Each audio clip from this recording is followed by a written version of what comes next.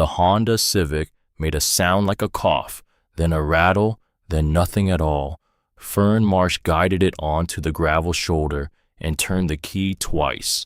Dead. The check engine light had been glowing since June, but she'd learned to read it the way she read most warning signs these days, with the specific patience of someone who had run out of better options for dealing with them.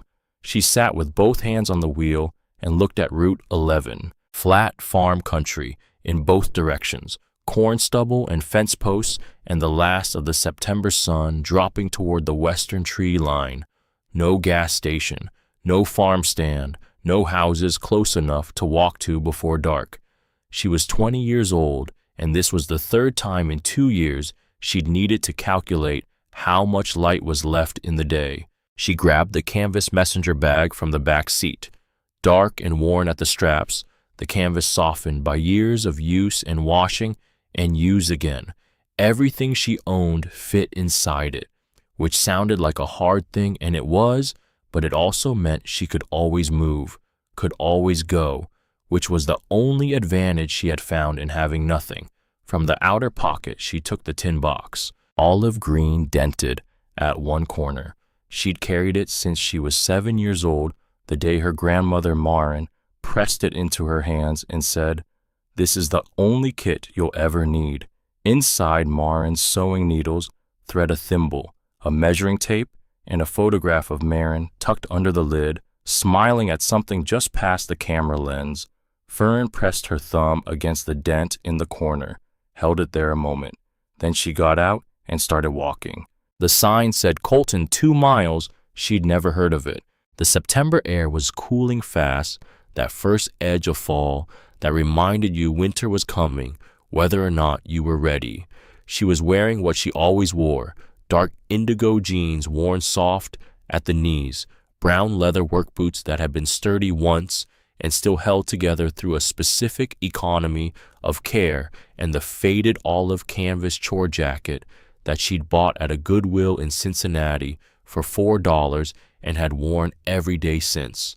Under it, a cream cotton shirt, loose at the collar from many washings, the canvas messenger bag over her left shoulder, the tin in the right jacket pocket. She walked with her head down and her hazel eyes tracking the road, the way she tracked every unfamiliar road, carefully. The small pale scar above her left eyebrow caught the angle of afternoon light when she turned to check the shoulder. She'd gotten it at 11 years old, falling off a group home porch. It had been the last group home before Marin. She was lean in the way of someone who had been running on determination rather than regular meals, the kind of leanness that had nothing to do with choice and everything to do with circumstance.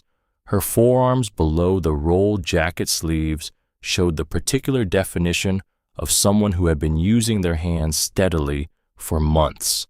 The hands themselves had short, clean nails and the beginnings of calluses in the right places for a person who moved things and fixed things and carried things. 2 miles on foot. She walked them. Colton appeared in pieces, a water tower on the horizon first, tall and white, with a faded blue stripe around the tank. Then a church steeple, then rooftops, then finally Main Street, 4 blocks long, a diner called Rosie's with a hand-painted sign, a hardware store with its door propped open, a post office, a barber shop with closed in the window. She could smell fried onions from the diner, and her stomach pulled toward the smell hard enough that she stopped walking for a second. She hadn't eaten since a gas station sandwich at noon, half of one. The other half was still in the outer pocket of the bag saved. At the end of a Main Street, the county courthouse parking lot was full of pickup trucks and folding chairs. A flatbed trailer sat in the center of it with a man and a microphone on it. He was holding a clipboard and gesturing toward a tractor with the practiced energy of someone who had done this many times and knew the rhythm of it. Lot 11, John Deere mower, 1982, runs on a good day starting at $40. A county surplus auction. Fern had seen them before. Cities and counties selling off whatever they'd stopped needing. Equipment and vehicles and foreclosed land. She'd never bought anything at one. She drifted toward the edge of the crowd because at least it was something to watch while she figured out her next move. The tractor went for $300, a shipping container for $80, a box truck with a bad transmission sold for $250 to a man in a seed cap who looked like he knew what he was doing with bad transmissions. Then the auctioneer shifted his voice and his smile. It was a specific kind of smile, the kind that meant he already knew what was coming and it was going to be funny. Lot 14, half-acre east side of town, former site of the municipal water tower. Tower collapsed during the storm of 2013. Parcel includes the foundation, all remaining debris, and whatever wildlife's moved in since. Starting bid $5. No one moved. A few people laughed. Come on, folks, $5. You spend more on coffee. Nothing. The auctioneer shrugged, raised the gavel. Going once, going twice, $5. Every head turned. Fern felt the stares land 30 different angles at once.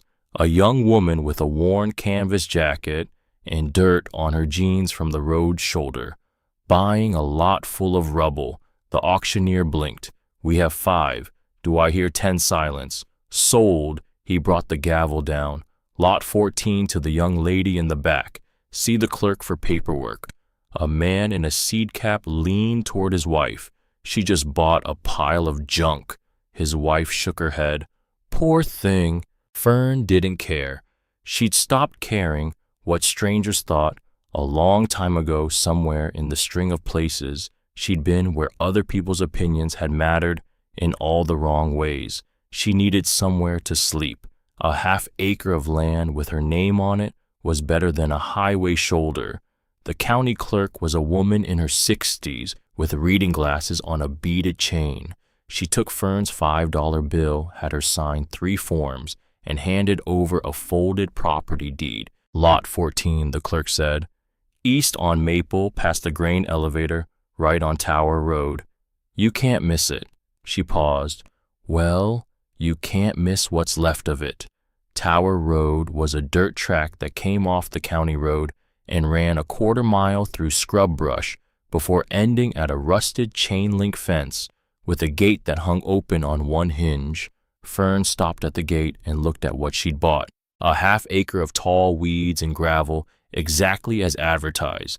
The fence enclosed most of it, sagging in sections, bent outward in places where something had pushed against it from inside. In the center of the lot, the remains of the water tower lay scattered like the bones of something enormous. Twisted steel beams, broken concrete sections that had cracked away from each other in the fall. The cylindrical tank itself had split open and landed on its side, half buried in dirt and grass, a long tear in the steel wall where it had struck something on the way down. The September wind moved through the weeds. The loose steel creaked once, a low sound that carried. It was a wreck, but the ground was flat. The fence offered privacy of a kind, and on the north edge, sheltered by a concrete wall still standing to shoulder height, she could see where a tarp could be rigged. She climbed through the gate and dropped her bag. Then she heard it, from inside the split tank, not the wind, not the loose steel, a whimper. Fern went still. She picked up the first thing her hand found, a length of rebar leaning against the fence, and held it loosely as she walked toward the tank.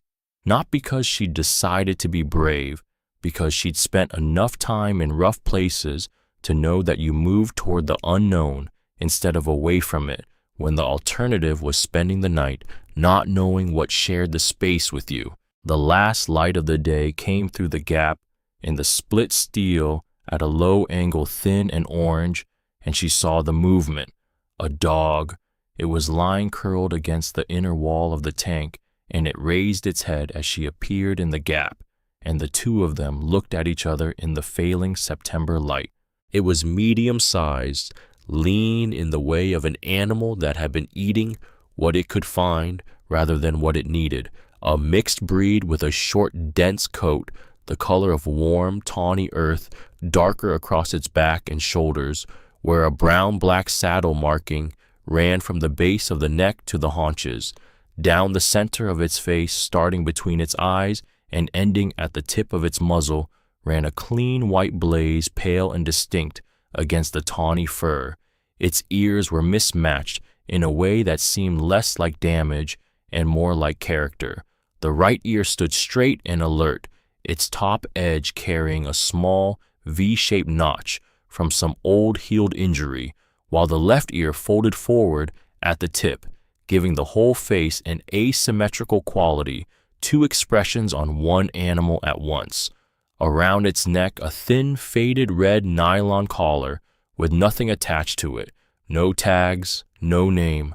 The eyes that looked back at her were dark, amber brown, and intelligent, and they held no hostility in them, only the steady patience of an animal that had learned to wait and see. Fern set down the rebar.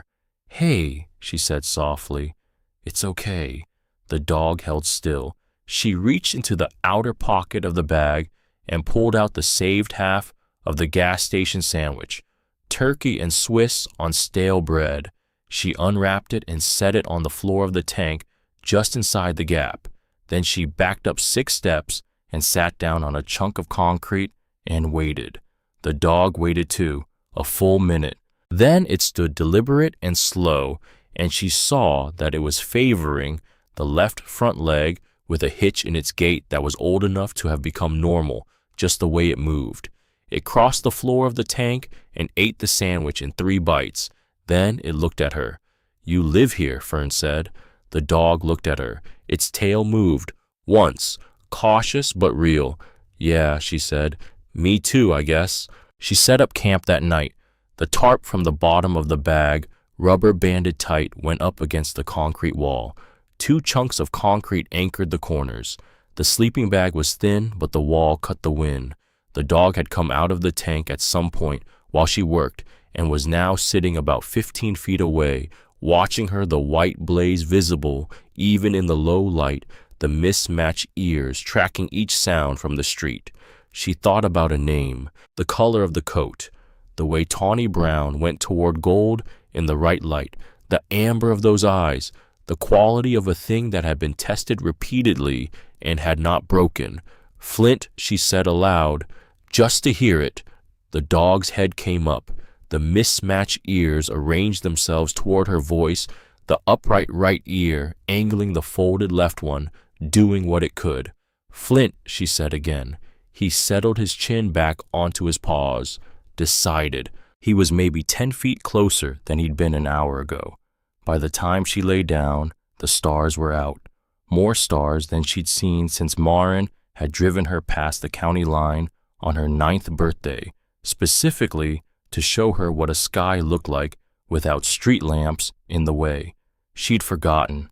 She'd been in cities and group homes and shelters and back seats since she was 14, and the sky in all of those places had been lit from below until the stars were just background. She looked at the real sky for a long time.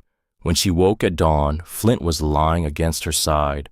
The first 3 days were about survival. She found a public restroom behind the courthouse that unlocked at 7. She filled water bottles at the sink. She rationed what food she had, bread and peanut butter from a gas station 2 miles down the highway, money that had to last. And she worked. The rubble pile was not small. The tower had been standing for decades before the storm took it, and what remained was spread across most of the lot in a way that would have been discouraging to most people. Fern didn't find it discouraging. She found it clear. The work was obvious. Drag this beam to the fence line. Stack that concrete section with the others. Clear the foundation. She worked barehanded the first day, which was the wrong choice. By evening, her palms were raw and her forearms crossed with scrapes from the rebar. She wrapped her hands in strips of cloth torn from an old t-shirt and went back at it. Flint circled the perimeter in the early mornings with his nose low, the white blaze moving steadily through the tall grass, the upright right ear tracking every sound from the street. He kept his distance while she worked, settling in patches of sun or watching from the shade of the fallen tank. When she stopped and sat, he came closer. When she stood and moved, he moved to a different watching position. On the fourth morning, a truck slowed on Tower Road and pulled over. A woman got out, late 60s, silver hair cut short, hands that looked like they'd spent a lifetime gripping things that needed gripping, canvas apron over her clothes, and a water jug in one hand. "You the one who bought the water tower lot?" the woman said. "Not a question. That's me, Bernice Lowe. I own the hardware store on Main." She held out the water jug. "You've been out here 4 days with no running water. People notice." Fern took the jug. She was aware of how she looked. The olive canvas jacket with its cuffs rolled back, the scrapes on her forearms going scabbed, the kind of tiredness in her face that came from sleeping on the ground and working all day and eating poorly, the hazel eyes in a face that carried the weathering of someone who had been outdoors for a sustained stretch, windburn at the cheekbones, the scar above the left eyebrow catching the morning light when she tilted her head.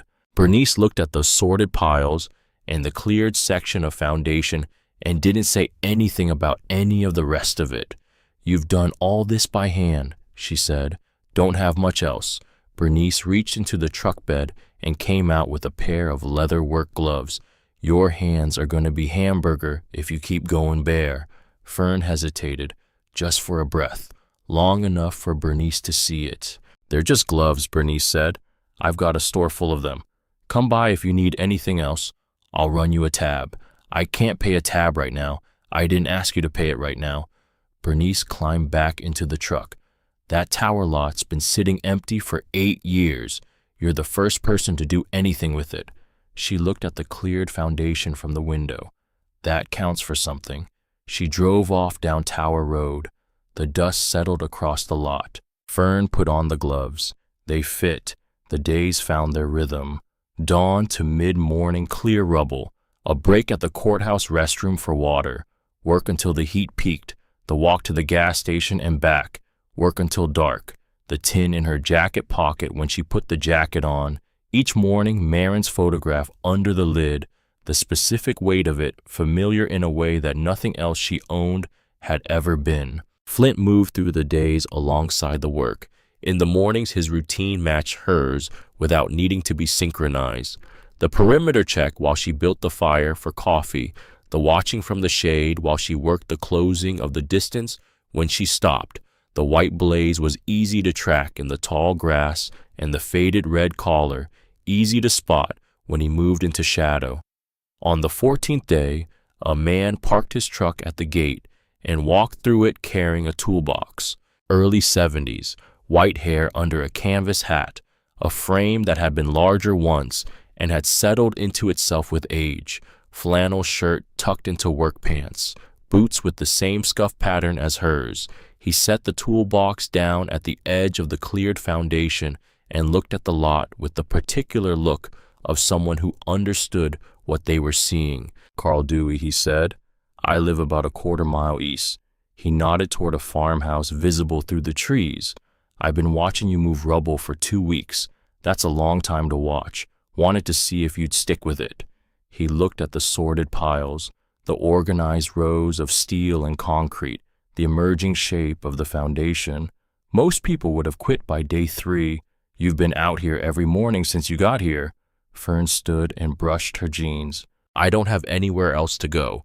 Carl nodded, like that was a complete and reasonable answer, because it was. "I'm a carpenter," he said. "Retired. My wife Carol passed 2 years ago." He said it the way people said things that were still too large to say any other way, except simply, "I've been building things in my garage to keep busy. Birdhouses mostly. My daughter says I've made enough birdhouses for every bird in the county." He opened the toolbox. Inside hammers a tape measure, a level, and a set of chisels that had been maintained with the attention of someone who expected to use them for the rest of his life. "You've got a cleared foundation and no structure," he said. "If you want help framing something, I'm available." Fern looked at him the way she looked at everyone who made an offer. Carl Dewey had steady hands and clear eyes, and he wasn't selling anything. He just stood at the edge of the foundation with his toolbox and left space for her to decide. Flint walked over to Carl and sniffed the man's boots with methodical attention. Carl held still for the inspection. Then the white blaze dipped as Flint sat down beside him, the mismatched ears settling into their resting position, the faded red collar visible at his neck. Flint hadn't done that for anyone. Not for Bernice, not for the two men who'd stopped on the road to ask questions about the lot. He'd watched them from 10 feet and waited them out.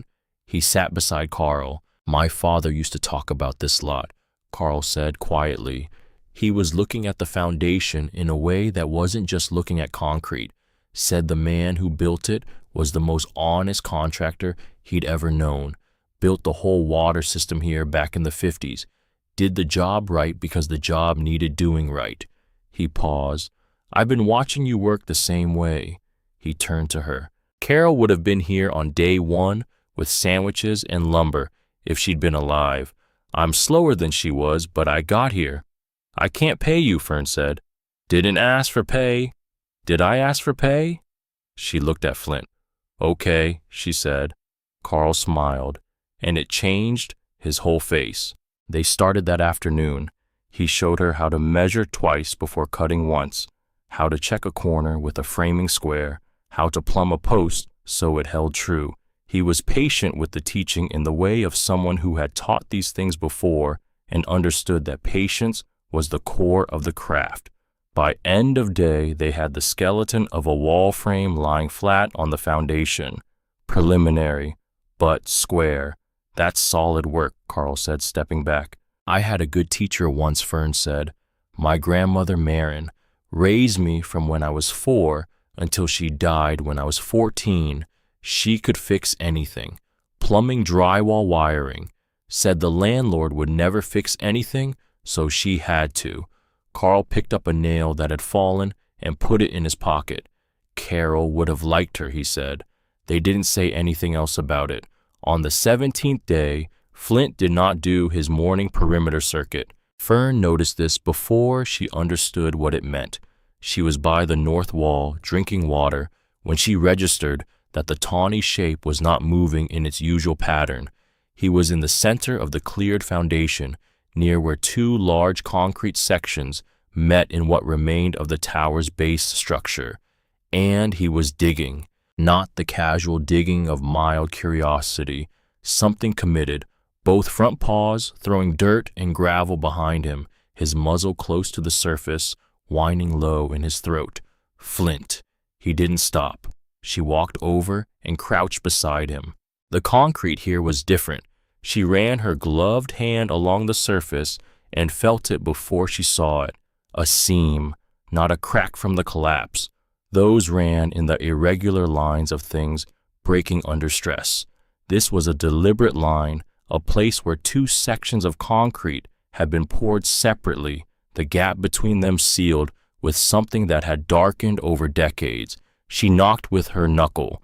The section on her right returned the solid thud of concrete doing what concrete did. The section on her left returned something else. She knocked again, hollow. Fern sat back on her heels. She had followed her grandmother Marin through enough buildings to know what a foundation was supposed to sound like. A sealed panel in the center of a foundation wasn't structural, wasn't standard. It was a choice. She borrowed a pry bar from Bernice's store that afternoon, reported that it hadn't worked, which was true the first day, and borrowed it again the next morning. She worked for 2 hours before Carl arrived. The flat end of the bar worked into the seam, her full weight behind it, the old sealant cracking and crumbling in sections, the panel shifting an inch, 2 inches, 3. Flint sat beside her the entire time, not pacing, not circling, sitting right beside her with the mismatched ears, tracking each sound, and the white blaze catching the low morning light as she worked. When the gap was wide enough to see into, Fern stopped. She looked down. A chamber, 6 feet deep, 4 feet across. The walls were poured concrete smooth and clean. No cracks, no moisture, No sign of the decades that had passed above them. Whoever had built this space had understood what they were doing, had known how water moved through soil and how to stop it, had built something meant to endure. The floor of the chamber was dry and gray and intact, and resting on it at the center, wrapped in dark oilcloth and bound with twine that had gone brittle with age, was a wooden box. The September wind rattled a loose piece of steel somewhere behind her. Flint leaned forward and pointed his nose straight down into the chamber and let out a single bark. Something had been buried here deliberately, carefully, by someone who understood that whatever was inside needed to last longer than they did. Fern secured the pry bar against the lip of the opening and lowered herself down. The air changed immediately, cooler, mineral, the smell of stone that hadn't breathed in a very long time. Her boots met the floor and she crouched, letting her eyes adjust to the filtered light from the opening above her. She lifted the box, heavier than she expected. She climbed out with it against her chest and set it on the concrete beside the opening. Flint pressed his muzzle immediately to the oilcloth, sniffing methodically, the white blaze dipping as he worked his way along the length of it. "Easy," she said. "Let me see what we've got." She cut the twine with the pocket knife from her jacket pocket. The oilcloth fell away. The box was walnut, dark and carefully made. Dovetailed corners, the joints fitted the way joints fit when someone had taken their time. A hinged lid, no lock. The wood was smooth finished, with the patient attention of someone who understood that what went inside deserved something built right on the outside. She opened the lid. Inside, organized and intact, a leather-bound journal, its cover worn soft and dark at the edges from years of handling. A stack of photographs wrapped in wax paper, the paper yellowed but the seal still holding. A bundle of papers tied with a faded blue ribbon, and a sealed envelope yellowed and dry with handwriting across the front.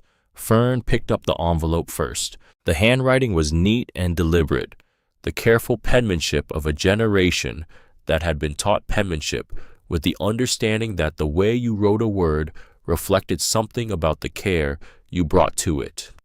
She read the front of the envelope, "To whoever carries the Marsh name forward." She set it down, picked it up again. Marsh. Her name. Her mother's name. Marin's married name. The name Fern had carried her whole life because it was the one consistent thing through every placement and every transfer and every system that had moved her from one place to the next. Marsh. She set the envelope down carefully on the oilcloth and picked up the journal. The leather was cracked along the spine. She opened it and the pages resisted briefly, stiff from years of stillness, then gave. The first entry was dated April 12, 1957, written in a confident and precise hand. Started work on the municipal water system today. The council voted 6-1 to approve the project. Mayor Davis shook my hand and said the town's been waiting 20 years for clean water. I told them we'd have it running by fall. My name is Henry Marsh, and I am the new water commissioner of Colton. Fern read the words twice, then a third time. Henry Marsh, water commissioner, the man who had built the tower she was sitting on. Her hazel eyes moved from the journal to the split tank lying across the lot, the rusted steel, the torn seam where it had split in the fall. She turned the page. Henry wrote about pipe layouts and pump capacities the way someone wrote when they understood those things as more than technical. He wrote about watching clean water run through a system he designed himself, about digging trenches in July heat, about his crew of 4 men and how he worked alongside them instead of watching from a distance. He wrote about his wife Ellen bringing him lunch at the job site every day. He wrote about his daughter. Claire is 3 today. Ellen made a cake with pink frosting, and Claire got it everywhere. In her hair, on the dog, on my good shirt. I don't care. She is the best thing I've ever built. Fern stopped. She stared at the name Claire. Her mother's name was Claire Marsh. Claire, who had died in a car accident when Fern was 4 years old. Claire, who Fern could barely remember, except in fragments, the smell of her shampoo, the sound of her voice singing in the kitchen, a hand on her back in the dark.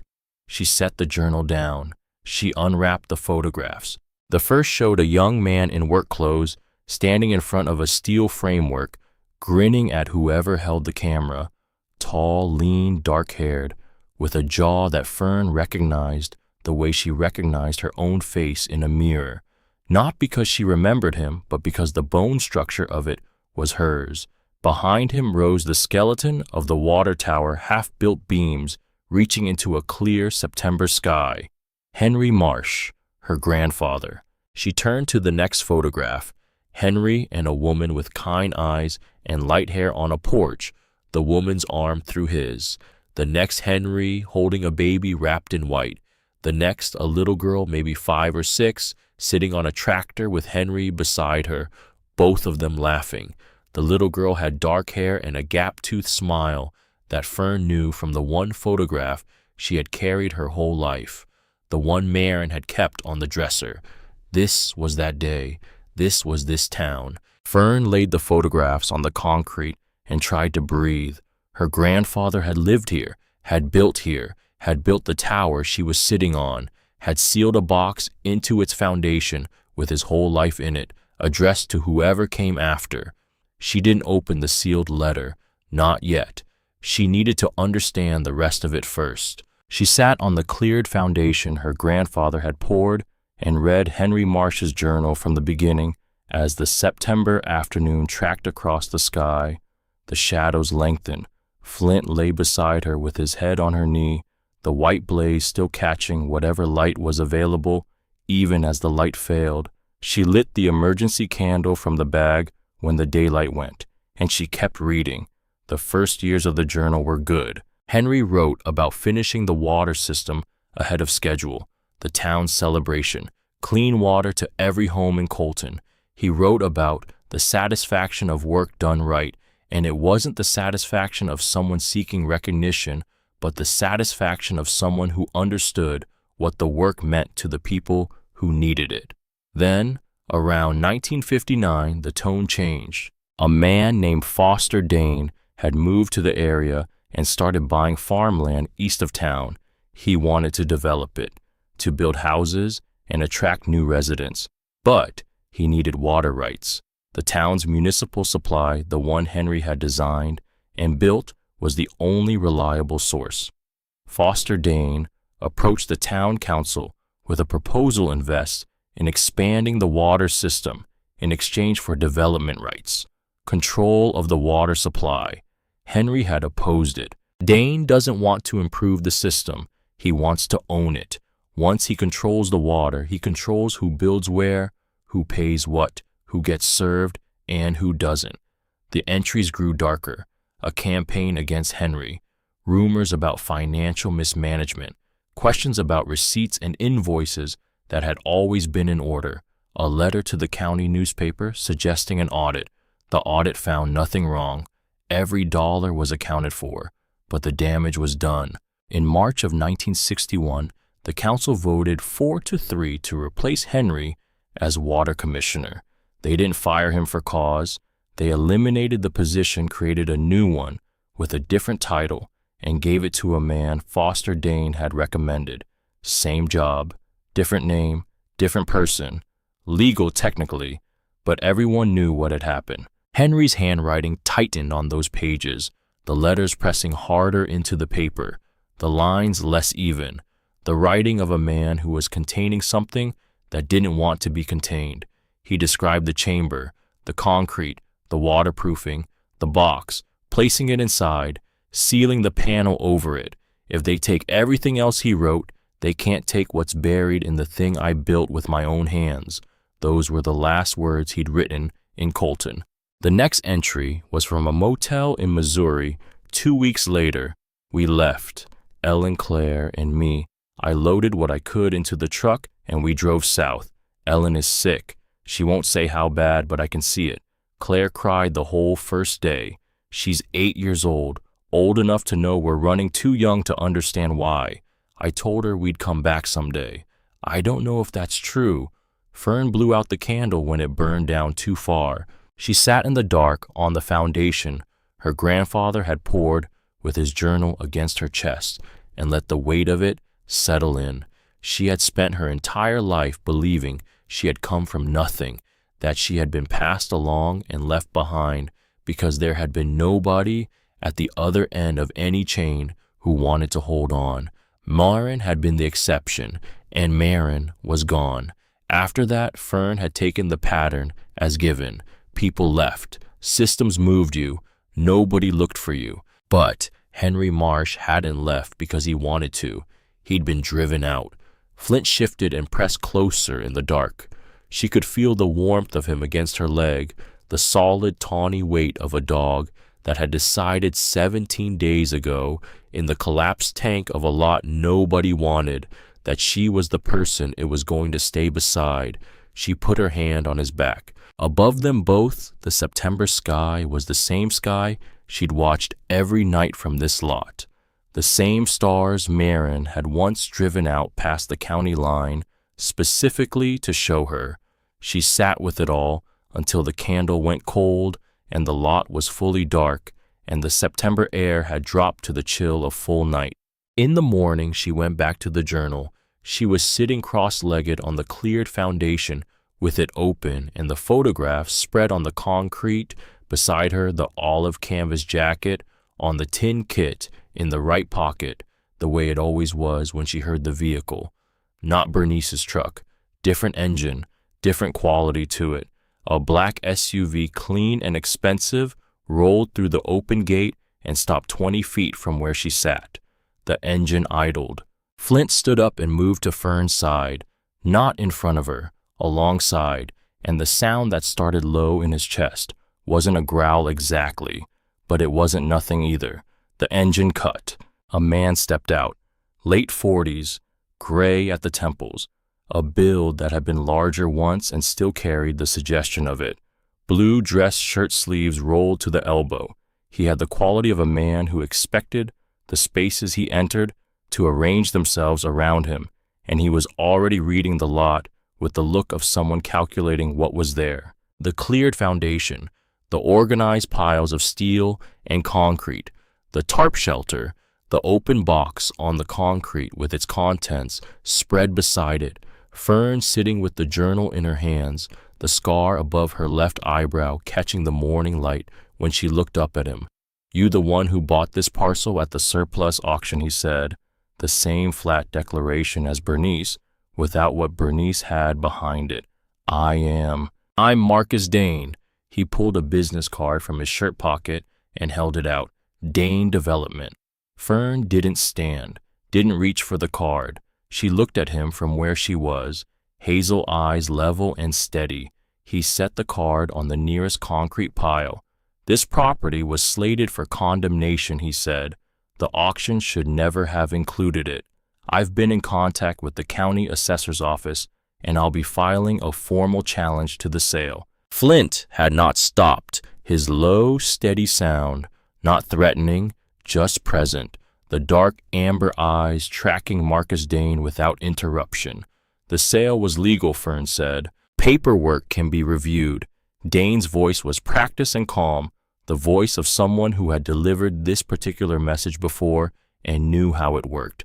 "I'm not trying to make trouble for you, but this parcel is part of a development plan that's been in progress for 2 years. The county was supposed to hold it for commercial rezoning, not put it in a surplus auction for $5. But they did," Fern said, "and I bought it." Dane looked at her for a long moment, then at Flint, who had not moved and whose amber eyes had not left him since he stepped out of the SUV. "You should think carefully about what you're doing here." He looked around the lot, a half-acre of rubble with no utilities, no water hookup, no septic. "You can't build on this. I'm already building on it." Something crossed his face, surprise or the specific irritation of a man who had said the thing that was supposed to end the conversation and found that it hadn't. I'll be in touch, Marcus Dane said. He walked back to the SUV and opened the door and paused with one hand on the roof of it. For what it's worth, I'd advise you to cooperate. These things go easier when both sides are reasonable. He got in and drove out. The dust from his tires settled slowly across the lot. Fern looked at the journal in her lap, at the photographs on the concrete, at the card Marcus Dane had left on the concrete pile. Dane Development. Foster Dane had driven Henry Marsh out of Colton in 1961. Now his grandson was standing on the same ground, telling Henry's granddaughter to leave. She looked at Flint. The white blaze, the mismatched ears, the faded red collar with nothing attached to it. We're not going anywhere, she said. Flint pressed his head against her leg, stayed. The letter from Marcus Dane's lawyer arrived 3 days after Dane himself had come and gone. Bernice brought it to the lot in the morning, holding it between 2 fingers, the way you held something that smelled wrong.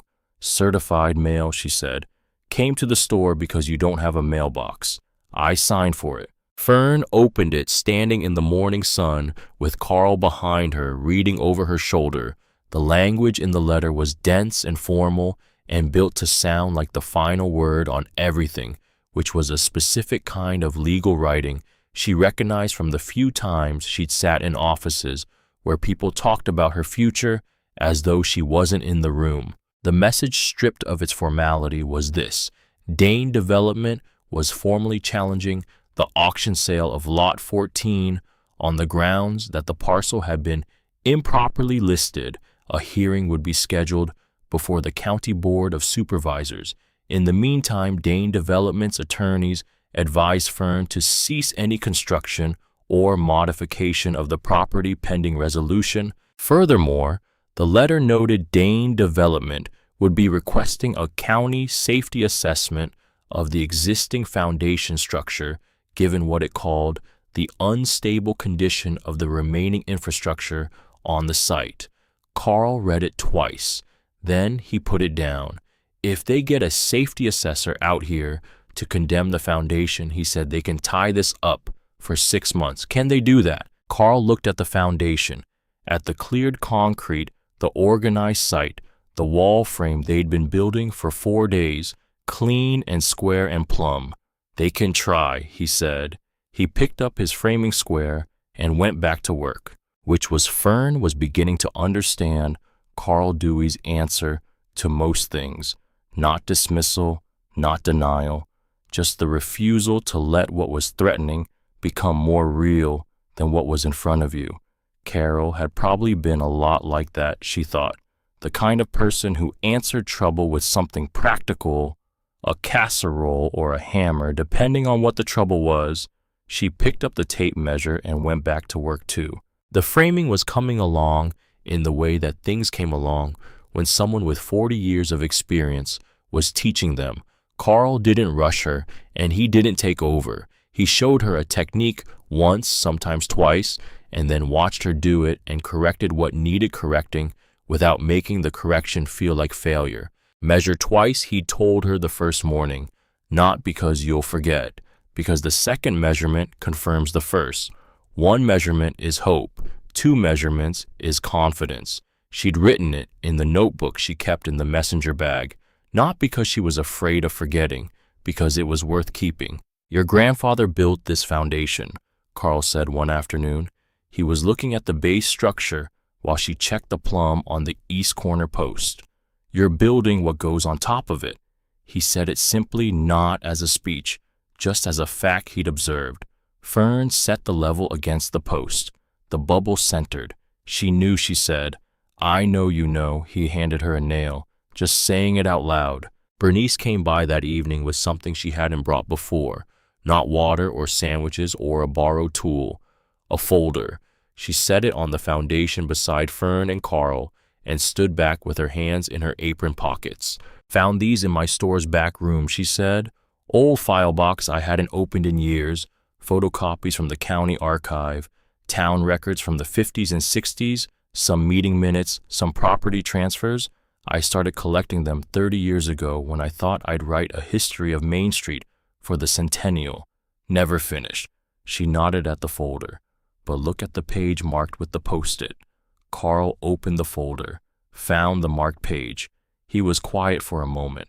Then he said, "There it is." It was a photocopy of a town council meeting, minute dated August 1955.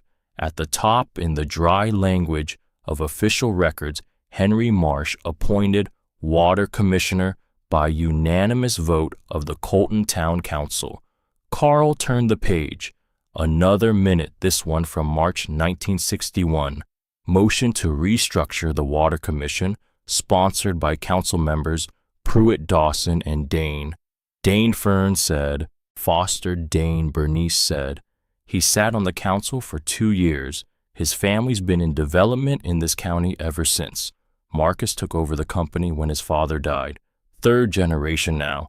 Carl set the folder down. The language in the 1961 minutes was dry and procedural and said nothing directly about what it was doing, but the structure of it was clear. The position of water commissioner was to be dissolved. A new position, water systems director, would be created with a revised scope of responsibilities. The appointment would be made by the council at its discretion. There was a footnote at the bottom of the page added, in different ink, probably later. New appointment confirmed. April 1961. Name R. Pierce. Recommended by Councilman F. Dane. Henry Marsh had built Colton's water system, and a man named Dane had walked him out of the job he'd built it for. Now a different man named Dane was trying to walk Henry's granddaughter off the land the tower had stood on. The next morning, Fern took the bundle of papers from the oilcloth and untied the blue ribbon. She had been putting it off, not from fear exactly, more from the same feeling that had made her save the sealed letter for later, the sense that some things needed the ground to be solid enough beneath you before you opened them. The ground was as solid as it was going to get. She spread the papers on the cleared foundation in the morning light and looked at them. 16 sheets, each one printed with the official design of the United States Treasury. Series E savings bonds issued between 1956 and 1962. Face values ranging from $50 to $500. Each one still intact, the paper dry and clean from decades in the sealed chamber. Henry Marsh had been buying these throughout his time as water commissioner. Small amounts from each month's pay. $50 here, $100 there, the kind of saving that required a specific quality of patience. The understanding that the thing you were building toward was years away, and the only way to reach it was one small addition at a time. She counted them again. 16 bonds. She needed to know what they were worth. Bernice drove her to the First National Bank on Main Street in the morning. The teller was a young man who looked at the bonds and looked at Fern and excused himself to find his manager. The manager was a woman in her 50s named Mrs. Porter, who brought Fern to a small office and spread the bonds on her desk one at a time. She adjusted her glasses and pulled up a calculator and began entering numbers, moving through the maturity tables with the methodical attention of someone who took her work seriously. "You understand these have been earning interest for nearly 60 years, Mrs. Porter said. Fern's hands were clasped in her lap. Yes. Mrs. Porter finished her calculation. She set down her pen. She looked at Fern with an expression that Fern would remember for a long time. Not surprise exactly, more like the particular care of someone delivering news that could go in either direction for the person receiving it. The combined matured value of these 16 bonds, Mrs. Porter said, is $52,341. The number arrived in the room and sat there. Fern heard the words. She understood each one individually, but the combination of them did not connect to anything in her experience for several seconds. "I'm sorry," she said. "How much?" $52,341. Fern sat very still. Her hazel eyes went to the window of the small office, which looked out on the parking lot of the bank, which looked ordinary and empty, and exactly like a parking lot. She focused on it because she needed something specific to look at while the number became real. She gripped the arms of the chair. "Are you all right?" Mrs. Porter asked. "Yes." Fern said it quietly because her voice was doing something she needed to control. "I just need a moment." Mrs. Porter gave her the moment. She gave her 5. Henry Marsh had saved these bonds, dollar by dollar, from a water commissioner's salary in a small town in the 1950s. He'd bought them in amounts he could manage month after month, year after year, with the patience of a man who understood that the thing he was building toward wasn't going to arrive by any means other than time and consistency, and then he'd sealed them in the foundation of the thing he was proudest of, and the interest had compounded quietly in the dark for 60 years, waiting. They discussed the redemption process. 2 weeks, Mrs. Porter estimated to verify Fern's identity and her connection to Henry Marsh as his descendant. The property deed and the journal would help establish the chain. Fern walked out of the bank into the October morning. She sat in Bernice's truck in the parking lot for 10 minutes without starting it. Then she pressed her forehead against the steering wheel and cried. The kind of crying that was not grief exactly and not happiness exactly, but something that came from somewhere deeper than either one. The specific release of a person who has been running on nothing for so long that finding something is almost too large to absorb, standing up. She let it come and she let it go, and then she straightened up and started the truck and drove back to Tower Road. When she got back to the lot, Carl was already there measuring lumber. She told him about the bonds. He set down the tape measure. He was quiet for a long time. "Well," he said finally, "that changes a few things. It does. You could leave. You know that. 52,000 and a piece of property. Cash out. Sell the lot. Start fresh somewhere with real walls and running water." Fern looked at the foundation, at the half-framed wall section, at Flint, who was lying in a patch of sun near the east fence, watching them with the amber eyes and the upright right ear tracking their voices. "Henry didn't save that money so someone could leave," she said. "He saved it so someone could stay." Carl was quiet for another moment. "Then let's build something worth staying for," he said.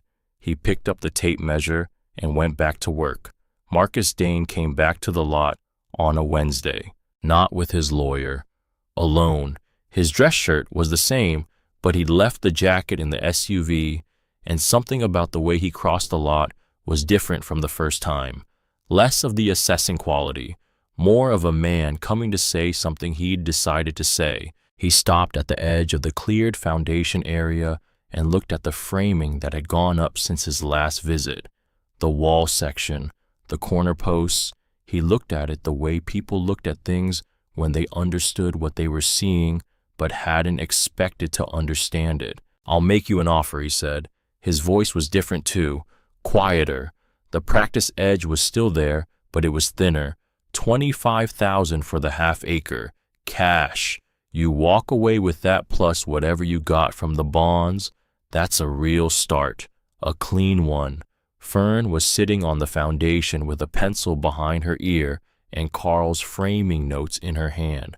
She looked at Marcus Dane. She thought about what 25,000 would mean. Added to the bond money, it was enough to go somewhere warm. Rent an apartment. Start classes somewhere. Build something different from what was being built here. "No," she said. His jaw tightened. "You're turning down 25,000. "I am." "Why?" She looked at the framing, at the cleared foundation, at the oilcloth bundle in the corner of the lot, which she'd been meaning to move somewhere safer and hadn't done yet. "Because my grandfather built this," she said, "and your grandfather took it from him, and I'm not going to let that happen twice." Marcus Dane stared at her for a long moment. Something moved behind his eyes, something she couldn't read the full content of. A calculation maybe, or something more complicated than a calculation. Then he turned and walked back to his SUV without another word. 2 days later, the second letter arrived. This one was from a different attorney. It announced that Dane Development would be proceeding with its request for a county safety assessment of the site, citing the unstable condition of the foundation and the potential liability to the public from ongoing construction activities without proper permits. May take them a few weeks to schedule, Bernice said when she read it. But if a county inspector comes out here and decides the foundation is a hazard, they can post a stop work order. Can they condemn it if they find enough cause? Bernice looked at the framing, the clean corners, the plumb posts. They won't, she said, but they can slow you down. That night, Flint woke her. He didn't bark. That was the thing she would remember later, how quiet it was. One moment she was asleep on the ground with the sleeping bag around her and the tarp above her and the cool of mid-October moving through the lot. The next moment Flint was standing and the low sound was coming from his chest and his mismatched ears were pointed toward the east fence line. Fern was on her feet in 2 seconds. She had the flashlight from the outer pocket of the messenger bag and the pry bar from where she'd left it, leaning against the concrete wall, and she crossed the lot in the dark without turning the flashlight on because the darkness was information too. She heard it then, the specific sound of chain link underweight, someone climbing. She turned the flashlight on when she was 10 feet from the fence. The beam caught a man halfway over the east fence section, one leg already on the inside, dressed in dark clothes, a bag over his shoulder. He froze in the light. Not a kid, mid-30s, deliberately dressed. This was not someone who had wandered in from the road. Fern stood with the flashlight in one hand and the pry bar in the other and looked at him. "Get off my fence," she said. The man looked at her, at the pry bar, at Flint, who had come to stand at Fern's left side, the white blaze visible in the flashlight's ambient light, the low sound from his chest, the specific note of a dog that had decided something and was not going to undecide it. The man swung his leg back over the fence and dropped to the ground on the outside. He said nothing, just looked at her through the chain link for a moment. Then he walked to the road and kept walking. Fern stood at the fence until she couldn't hear his footsteps anymore.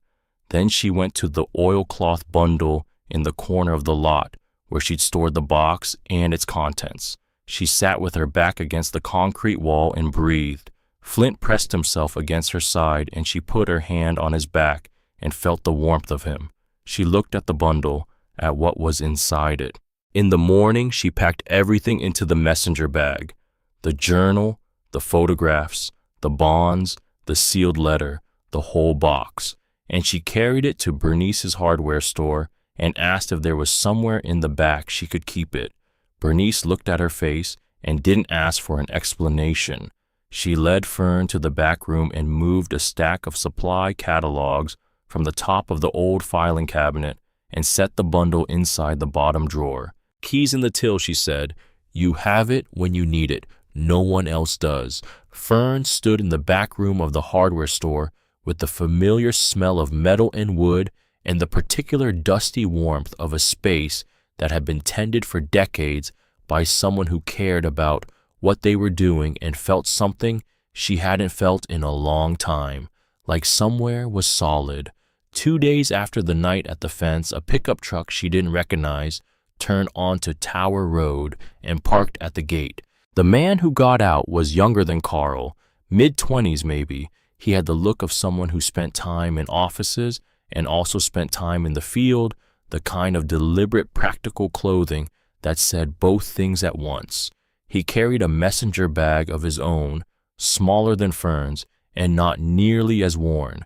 He stopped at the gate and looked at the lot, at the framing, at the cleared foundation. "Drew Ashby," he said, "County Historical Records Office." He held up a badge that confirmed it. "I've been researching the history of the county's water infrastructure," he said, "part of an ongoing project to digitize the county archives. I've been going through meeting minutes and commission records from the 50s and 60s, and I found some things that relate to this property."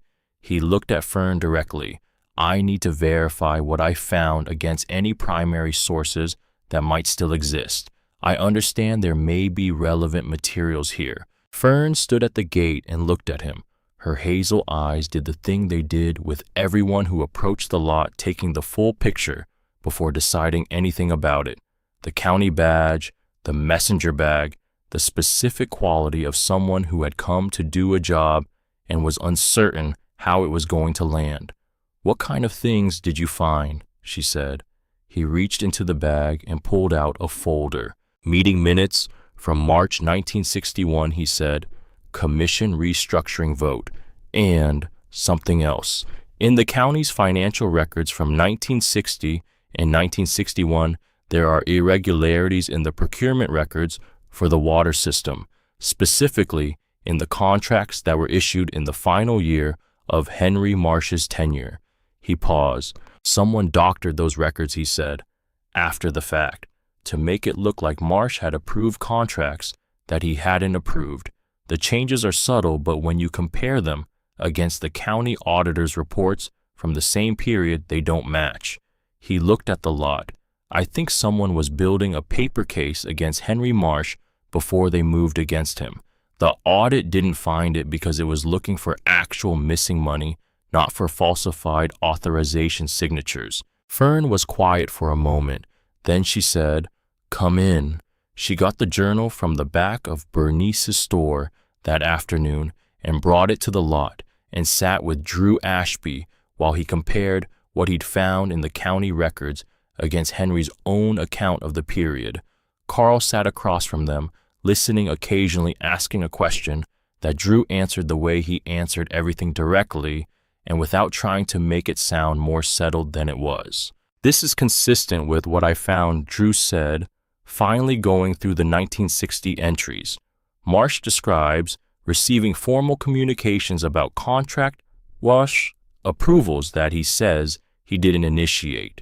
He was being set up, and he seems to have understood it, but not known how to prove it against people who had the records." He looked at the journal with the expression of someone for whom this kind of thing was professionally significant, but also something more. "The records I found are enough to establish what happened," he said. "It wouldn't reverse anything, but it would be on the record, officially, that Henry Marsh was removed from his position through deliberate falsification of county documents by parties acting in the interest of Foster Dane." Fern looked at the journal. He already knew that, she said. "He wrote it in here." Drew nodded. He knew. He just couldn't prove it. He looked at her. Now someone can. Things started happening in the town after that. In the quiet way things happened in small towns when enough people had been watching for long enough and decided it was time to do something. A plumber named Dave Pell showed up at the lot one morning in his work truck and walked the perimeter and made some notes and came back in the afternoon. "I want to run a water line from the main road connection," he said, "pro bono. My son's in Scouts, and they need service hours. This seems like the right project." He grinned. "Also, my grandfather paid water bills his whole life on a system Henry Marsh built. Seems like the least I can do." By the end of the week, the lot had running water. The diner on Main Street sent lunch 3 days in a row. A teenager in an apron who shrugged and said, "Rosie told me to." An older man Fern didn't know showed up one Saturday with a generator he said he wasn't using. Hank at the lumberyard called Bernice and told her to tell Fern he could work with her on pricing for anything she needed. Carl watched all of this with the steady satisfaction of a man who had lived in one place long enough to know how it worked. "People notice when someone builds," he said one evening, standing at the edge of the lot with his coffee cooling in his hand, "especially when they've been watching things fall apart for years. That tower coming down hit this town harder than people let on." He looked at what was going up on the foundation. They needed to see someone do something about it. On a night in the 3rd week of October, when the days had gotten short enough that she was working by lantern light in the evenings and the sleeping bag was not quite adequate for the temperature anymore, Fern took the journal from the drawer at Bernice's store and brought it back to the lot. She'd read it through twice. The front entries, Henry's years In Colton, his years in Missouri, she'd read the last Missouri entries from 1963 three times because she kept finding something new in them. The way the prose changed, the way a man who wrote in full, confident sentences started writing in shorter and shorter ones as the weight of what he was carrying increased. But she hadn't read the whole journal. She'd assumed the remainder of it was blank. That was the assumption she was about to discover was wrong. She was sitting inside the half-frame structure with the lantern beside her and Flint at her feet, the tin kit in her jacket pocket where it always was when she turned past the last Missouri entry and found more pages. Not the same ink, not the same hand exactly, the same hand decades older, shakier, the pen pressing harder into the page as if the writer needed the physical resistance of it. She turned back to find where these entries began and found them at the back of the journal, starting from the rear cover and working forward. Someone had used the book in two directions. The first of these back section entries was dated November 4th, 1997. I haven't written in this journal in 34 years. Ellen is gone. She passed March 9th, 1970. Cancer. I held her hand until the end and promised her I'd take care of Claire. I broke that promise. Fern turned the page. Claire left home when she was 17, same age Ellen was when she left her parents' house, same stubbornness. She packed a bag one night and was gone by morning, left a note that said she'd call when she was ready. She never called. I spent 3 years looking, hired a private investigator with money I didn't have. He found traces, a job in Indianapolis, an apartment in Columbus. But by the time he tracked her to one city, she'd moved to the next. She didn't want to be found. I stopped looking in 1974. I was 63 years old, living in a rented room in Springfield, Missouri, working maintenance at a school district. I'd lost my wife, my daughter, my town, my work. The only thing I still owned was a piece of land in a place I couldn't go back to, and a box buried under a tower I'd built for people who didn't want me anymore. Fern read this entry 3 times. The loneliness in it was so undressed, so directly stated, that it was hard to look at directly. She knew that kind of loneliness, had learned to recognize it in herself by its weight, the specific heaviness of a person who has stopped expecting anything from anywhere. She kept reading. The next entries were spaced years apart. Henry writing about turning 70, then 75, health problems, a heart condition requiring medication he could barely afford, the slow inventory of a body wearing out, the specific brevity of a man who had accepted that he was running out of time to say anything. Then an entry dated June 2nd, 2000. The handwriting changed, urgent, messy, the marks of someone who had just been told something and needed to put it on paper before the full weight of it hit them. A woman from the state of Ohio called me today, a social worker named Mrs. Kessler. She said my daughter Claire died in a car accident on January 19th of this year. She was 39 years old. Fern stopped breathing. She pressed her hand flat against the page. Her mother had died when Fern was 4 years old. She knew the fact of it, had always known it, had understood it in the abstract way you understood things that happened before memory was reliable. January 2000, a car accident on a wet highway. She forced herself to keep reading. Mrs. Kessler said Claire had a daughter, a little girl named Fern. She's 4 years old. Claire had listed me as next of kin on a hospital form she filled out when Fern was born. That's how they found me. The first time anyone has found me in decades. The handwriting blurred. Fern wiped her eyes with the back of her hand and kept reading. I asked Mrs. Kessler if I could take Fern. She said there would be an evaluation. I'm 81 years old. I have a heart condition. I live in a one-room apartment. I don't have a car. I told her I would do whatever it took. She said she would be in touch. The next entry was 2 weeks later. The state denied my petition. They said I am too old, too sick, too unstable. to care for a child. They said Fern would be placed in the foster system where she would receive proper care from qualified guardians. I told them I am her grandfather. They said that wasn't enough.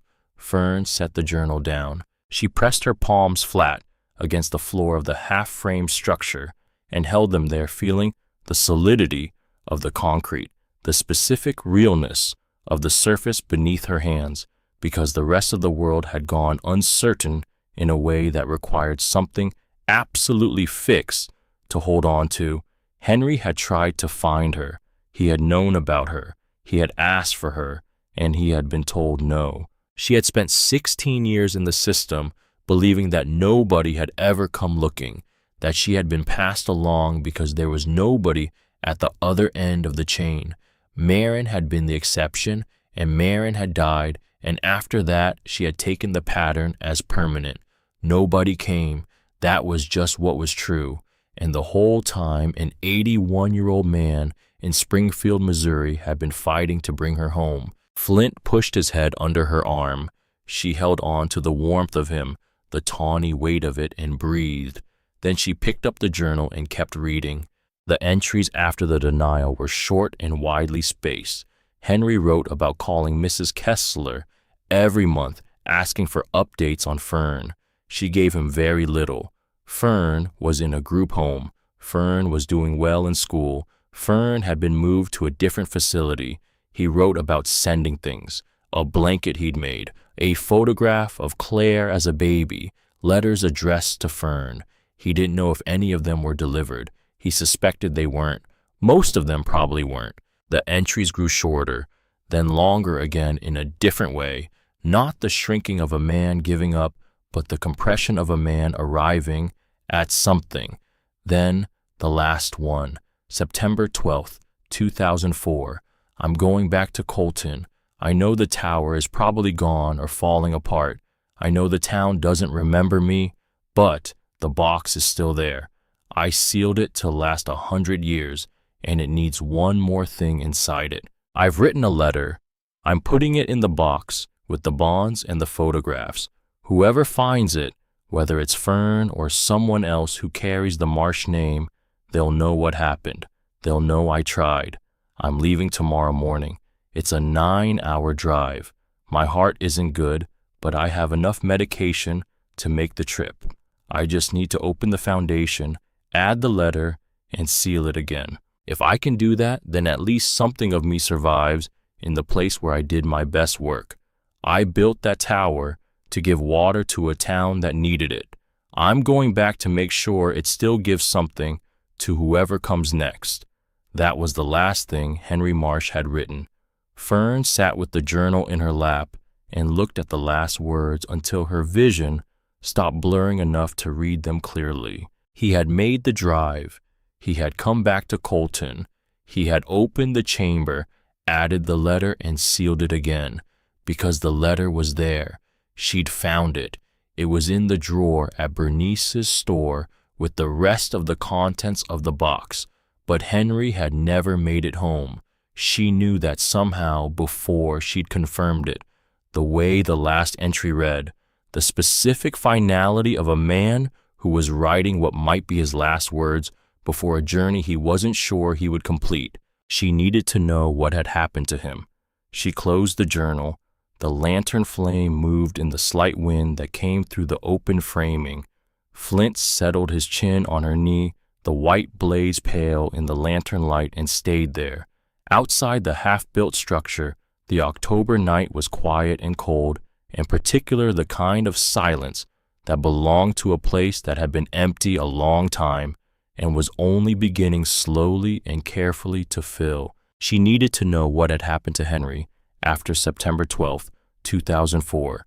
The last entry, the drive, 9 hours from Springfield, Missouri to Colton. A man with a bad heart and enough medication for the round trip, and one thing left to do before the world was done with him. But he had done it. The letter was in the bottom drawer of Bernice's filing cabinet. The chamber had been resealed, which meant Henry had reached Colton, had opened the concrete panel, had placed the letter with everything else, had sealed it again. And then what? Bernice came to the lot the next morning and found Fern sitting on the foundation with the journal in her hands and the expression of someone who had been awake since before the light came. She looked at Fern's face. "Come with me," she said. The county library was 3 blocks from Main Street. A woman at the reference desk with a name tag that said Charlotte directed them to the microfilm machines in the back room without being asked the way librarians directed people to the microfilm machines when they could see that whatever the people were looking for was serious. Bernice worked the machine. She had used them before and Fern had not, and this was not the moment for teaching. They started with October 2004. The Colton Register was a weekly paper, and the October issues were on a single reel. Bernice moved through them methodically, scanning the local section of each issue, and Fern sat beside her and watched the pages appear and scroll past and appear again. They found it in the issue dated October 8th, 2004. Not the front page, not even the top of the local section. A 4-paragraph item placed below a story about a school board meeting and above a notice about the county road repaving schedule, the kind of item that occupied 4 inches of column space and then was gone. Bernice stopped the machine. An unidentified man, the article reported, had been found deceased in his vehicle on Route 11, approximately 40 miles west of Colton, on the afternoon of October 6th. He had been discovered by a passing motorist who noticed the vehicle parked partly on the shoulder and had not moved for several hours. The county coroner determined the cause of death to be cardiac arrest.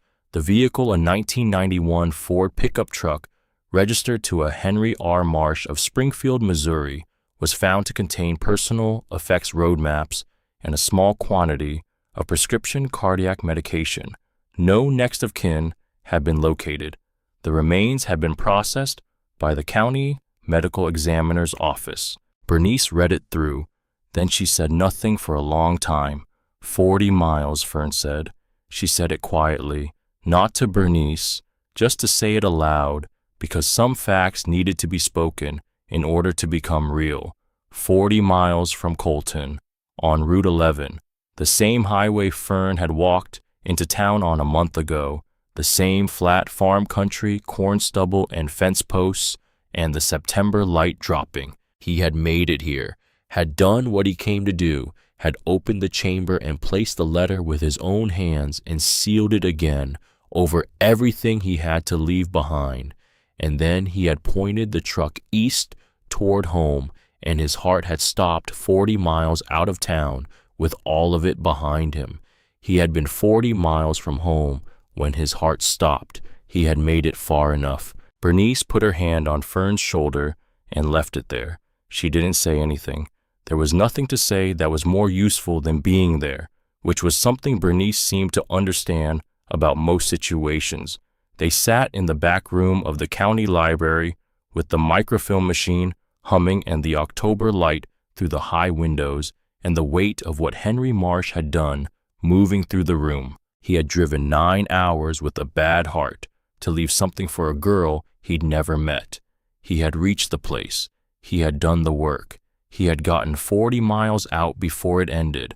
That was the whole story. Not a tragedy, not a defeat. A man who finished what he started. Fern was quiet on the drive back to the lot. Carl was already there when they returned.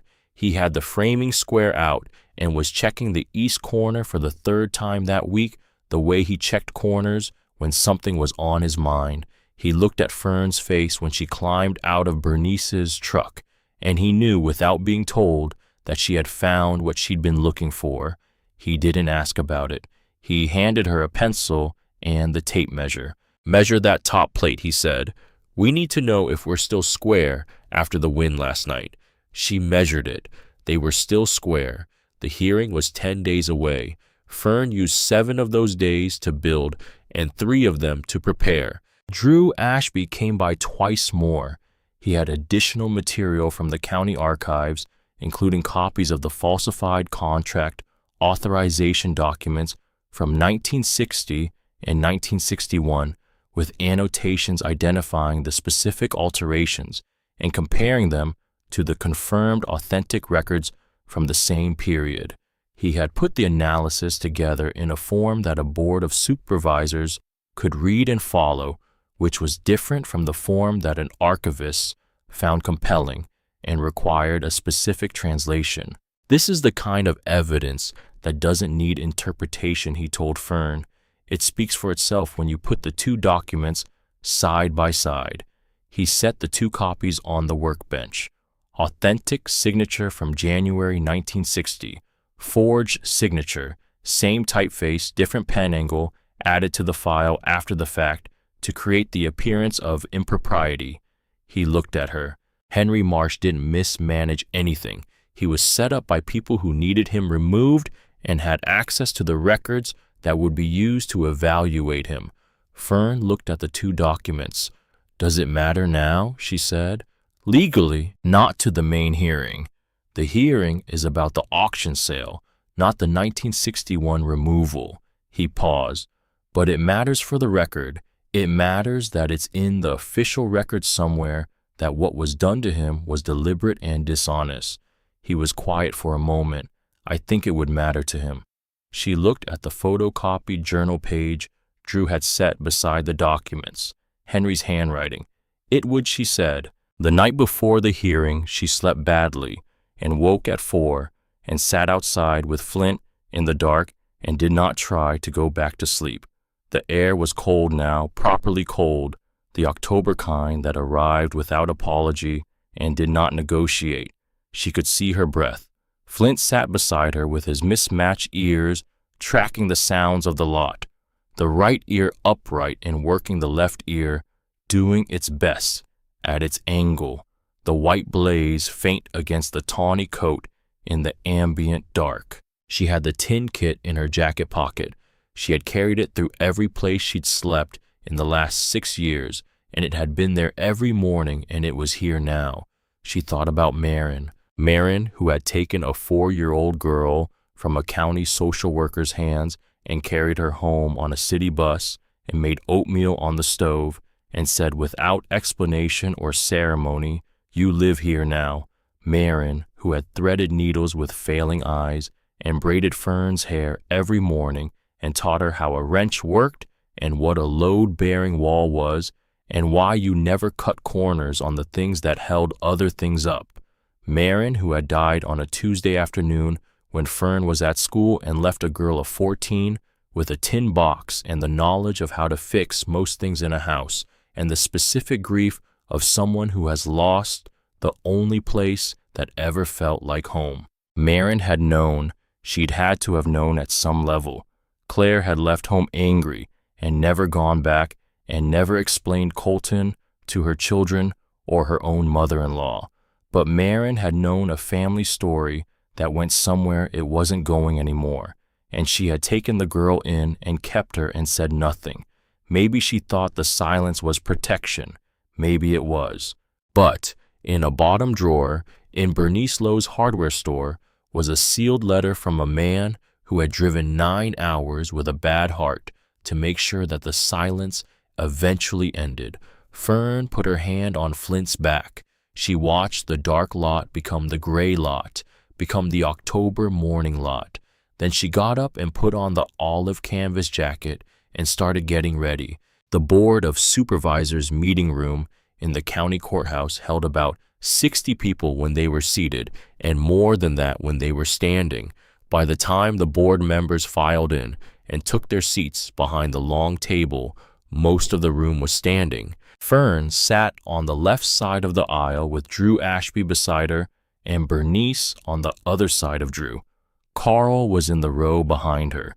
She could hear him breathing the steady breath of a man who knew how long difficult things took and was prepared to wait as long as necessary. On the other side of the aisle, Marcus Dane sat with his attorney, a man in a gray suit who had the organized quiet of someone who had done this kind of thing before and expected it to go a certain way. The chairwoman of the board was a woman named Dr. Patricia Webb. She called the meeting to order at 9 in the morning and read the formal complaint in the dry administrative language that made everything sound already decided. Then she looked at Marcus Dane's attorney and said he could proceed. The attorney spoke for 17 minutes. He was competent. He laid out the argument about the commercial overlay in the county master plan and the improper surplus listing and the procedural failure of the assessor's office and the specific regulatory language that Dane Development believed required a different outcome. He spoke with the fluency of someone who had constructed this argument carefully and was confident in its foundations. When he finished, Dr. Webb looked at Fern. "Ms. Marsh." Fern stood. She walked to the front of the room with the folder in her hand and her hazel eyes level and the scar above her left eyebrow visible in the fluorescent overhead light. She had not rehearsed what she was going to say. She had thought about it, but she had not rehearsed it, because rehearsing it made it sound like something other than what it was. She set the folder on the podium and looked at the 5 people behind the table. "My name is Fern Marsh," she said. "I'm 20 years old. I bought lot 14 at the county surplus auction for $5 because I was homeless and I needed somewhere to sleep." She let that sit for a moment. "After I bought it, I found a sealed chamber in the foundation of the water tower. Inside was a journal written by my grandfather, Henry Marsh, who was the water commissioner of this town. From 1955 to 1961, he designed the water system that gives Colton its water. He built the tower with his own hands." She opened the folder and held up the photograph. Henry standing in front of the half-built tower, grinning at whoever held the camera. "This is him, Henry Marsh. He was driven out of this town in 1961 after a man named Foster Dane pressured the town council to remove him so that Dane could control the water rights for his development plans. The county records from that period contained falsified documents that were added after the fact to create the appearance of mismanagement on Henry's part. Mr. Ashby from the county records office has prepared a comparison analysis that the board can review." She looked at Marcus Dane. "Foster Dane was your grandfather." Marcus held her gaze. Something moved in his face that wasn't the controlled expression he'd been carrying since the meeting started, but he didn't look away. Henry sealed his journal and his life savings into the foundation of that tower before he left Colton. He spent 40 years trying to come back. In September 2004, he drove 9 hours from Springfield, Missouri, to this town to add one more thing to that chamber: a letter. He drove here with a heart condition on his own because he had something to leave and he needed to leave it in person. She stopped. He died on Route 11, 40 miles west of Colton on the return trip. Cardiac arrest. The room was quiet. He was 40 miles from home, she said. When his heart stopped, he'd already done what he came to do. She set down the photograph. "I'm not a developer. I don't have a commercial plan or a master plan or a lawyer with a briefcase. I have a cleared foundation, a house I built with my own hands, and a grandfather who wanted someone to care about that piece of land as much as he did. The auction was legal. The sale was clean. The property is mine." She stepped back from the podium. She looked at Dr. Webb. "That's all I have." Dr. Webb looked at the room. "Does anyone else wish to speak?" Carl Dewey stood up. He was 71 years old, and he stood the way a man stood when he'd spent his entire life building things that needed to be straight and square with a quality of vertical that was not about performance, but about how his back had learned to hold the weight of what he did. "My father grew up in this county," Carl said. He knew Henry Marsh, not personally, but by reputation, by work. He used to say the man who built the water system was the most honest contractor Colton ever had, and that what happened to him was a shame that the town hadn't earned its water since. He paused. "I've been working with Fern Marsh for 5 weeks. She builds the same way Henry built. Careful, square, not for anyone watching, but because the work deserves it." He looked at the board. "This town owes a debt to the Marsh name. The least it can do is let her keep the land." He sat down. Drew Ashby stood. He set his folder on the chair beside him and addressed the board from where he was standing. He didn't need notes for what he was about to say. "I'm the county's historical records officer," he said. "In the course of digitizing the county's mid-century infrastructure documents, I found evidence of deliberate alteration of commission records from 1960 and 1961 in the Water Department files, specifically authorization signatures attributed to Henry Marsh were added to contract documents after the fact, in a different ink and at a different pen angle than the confirmed authentic signatures from the same period. The intent was to create a paper record of mismanagement that could be cited if the legitimacy of his removal was ever challenged." He looked at the board. "I'll be submitting a full report to the county clerk's office. The finding is that Henry Marsh was removed from his position through deliberate falsification of county records by parties acting in the interest of Foster Dane." He sat down. Dave Pell stood. He said the water line he'd run to the property was the first honest infrastructure work he'd done on that lot since the original system was built, and that seemed like a reason to make sure it stayed connected to something. A woman from the church stood and said the town had been waiting for someone to do something about that lot for 8 years, and now that someone had it seemed like exactly the wrong time to stop her. Hank from the lumber yard stood and said he'd been selling materials to Fern Marsh at cost and intended to keep doing so. 3 more people stood: a man who had worked on the original water system as a teenager, a woman whose father had attended the 1961 council meeting and come home and told her mother that something wasn't right about how it had gone, an older man who didn't give his name but said he'd bought his first house in Colton in 1962 and paid water bills on a system built right for 30 years and didn't want to see the person who built it get erased from history twice. The board deliberated for 14 minutes. Dr. Webb came back to the microphone. "The board has reviewed the complaint filed by Dane Development regarding the surplus auction of Lot 14 and the sale conducted on September 12, 2015. We find that the sale was conducted in full accordance with county procedures and that no procedural error occurred under applicable regulations. The commercial overlay designation in the 2022 master plan is aspirational and non-binding and does not create an obligation on the part of the assessor to hold property from surplus disposition. The complaint is denied. The sale stands." She looked at Fern. "The property is yours, Ms. Marsh." "Congratulations." Fern thanked the board. She walked out of the courthouse into the October morning on legs that did not feel entirely solid. Bernice was waiting on the steps, Carl beside her, Drew a few feet back with his hands in his jacket pockets. Flint was tied to the bench at the far end of the steps. When he saw her, he pulled the leash once and barked a single sound, and then was still again, the white blaze clear. In the morning light, the mismatched ears both pointed directly at her. "Well," Bernice said. "It's mine," Fern said. Bernice hugged her, quick and firm, exactly the right amount. Carl shook her hand, the handshake of a man who meant something by it. "Let's get back to work," he said.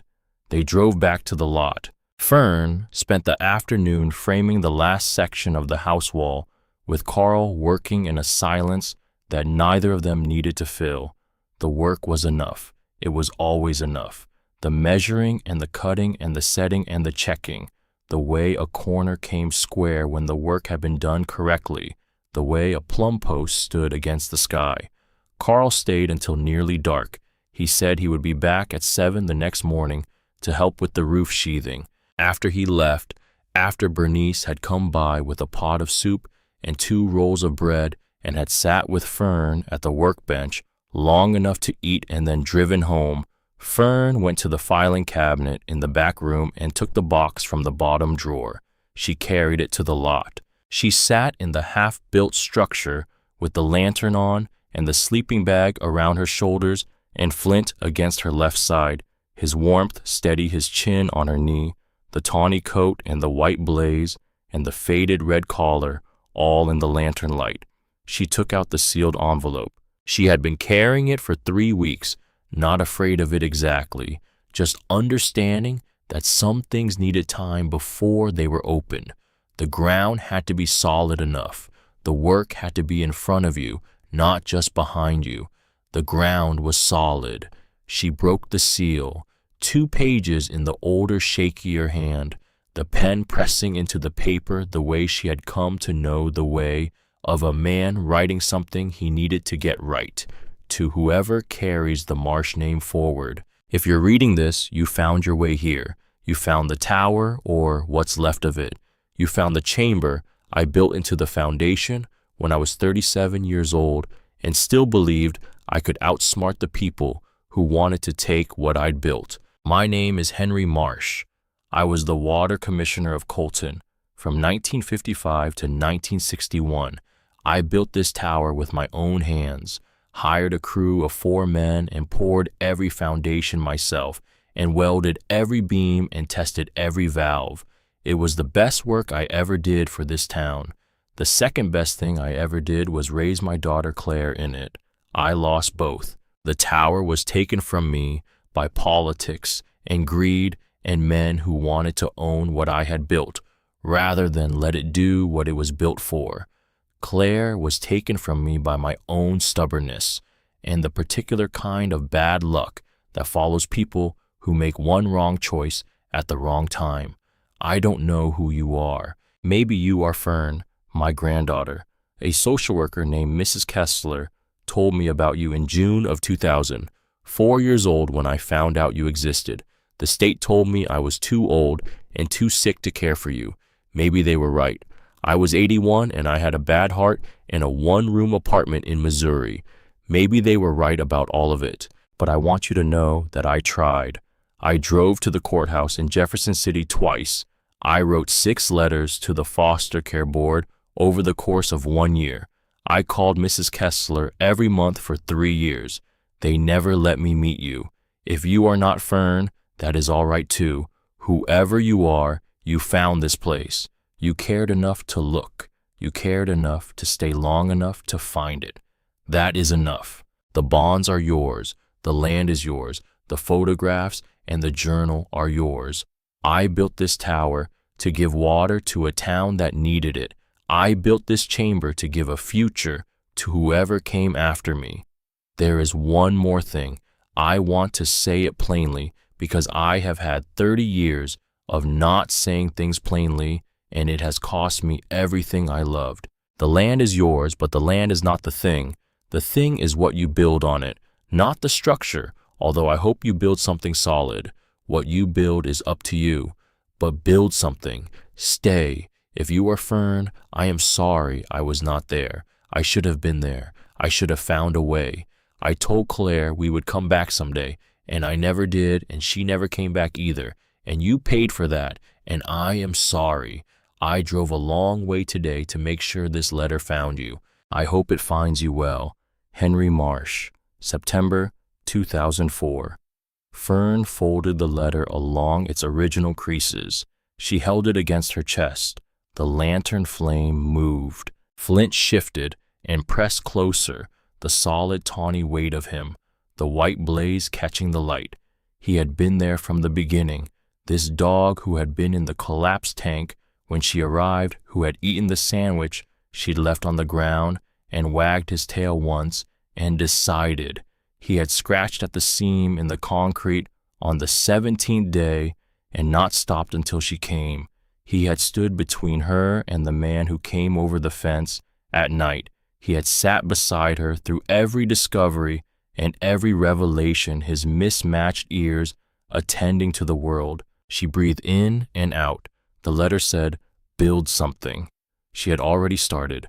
In the morning, she woke to an engine on Tower Road, not Bernice's truck, not Carl's, a different engine, and with it the sound of something heavy in the bed, the specific resonance of a load that had weight and substance. She put on the olive canvas jacket and stepped out of the shelter. A flatbed delivery truck was at the gate. 2 men were unloading stacks of lumber, setting them along the fence line with the practiced efficiency of people who had done this kind of work many times.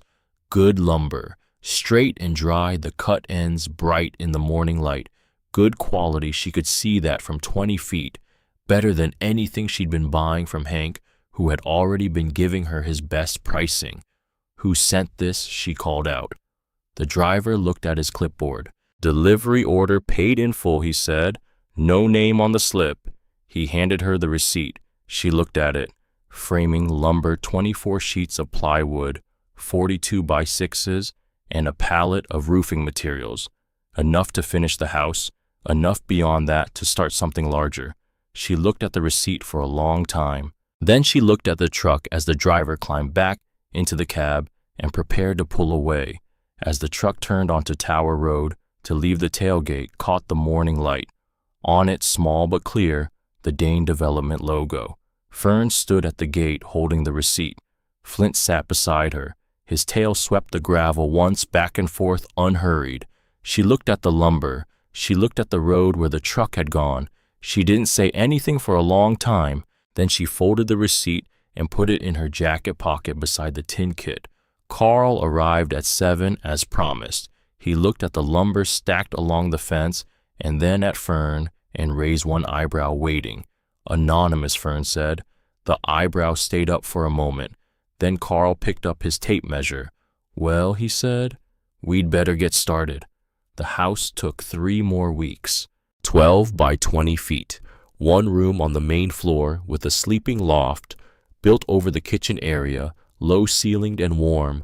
The planks fitted tight enough to hold the heat from the wood stove that Dave Pell helped them install on a Saturday afternoon.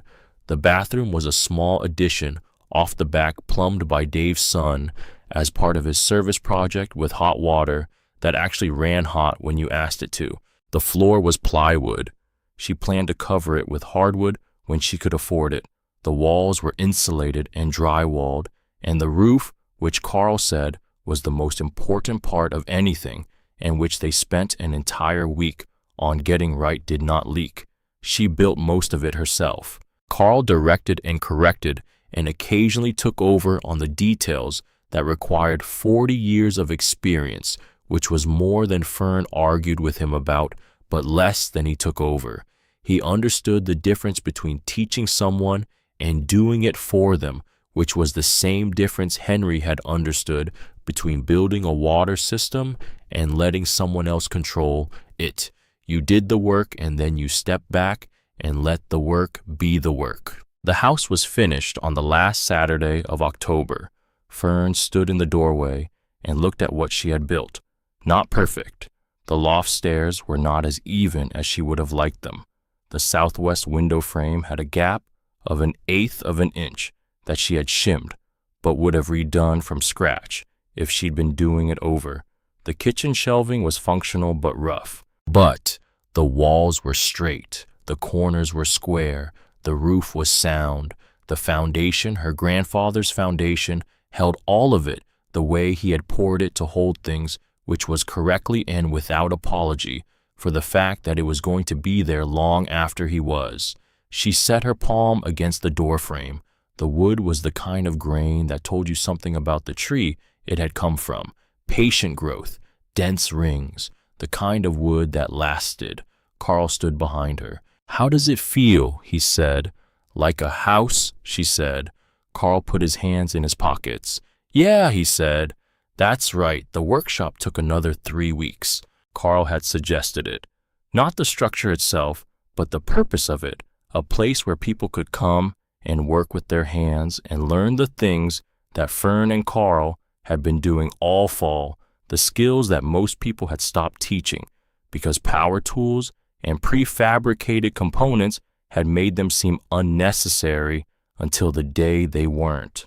They built it on the old foundation where the tower had stood, used the reclaimed steel from the tower itself for the structural frame, the beams that Fern had spent the first 3 weeks dragging to the fence line, now cut and refit into columns and cross members. The roof was corrugated metal. 3 sides were open with roll-down canvas panels for bad weather. The south wall was solid, and along it they built a long workbench from the leftover oak they'd used for the house shelving. Bernice donated a full pegboard from the store for the tool wall. Dave Pell ran a power line from the road connection. His son helped and earned the rest of his service hours and decided somewhere in the process that he wanted to come back. Carl started teaching on the first Saturday in November. 2 people came to that first class. By the third Saturday, there were 8.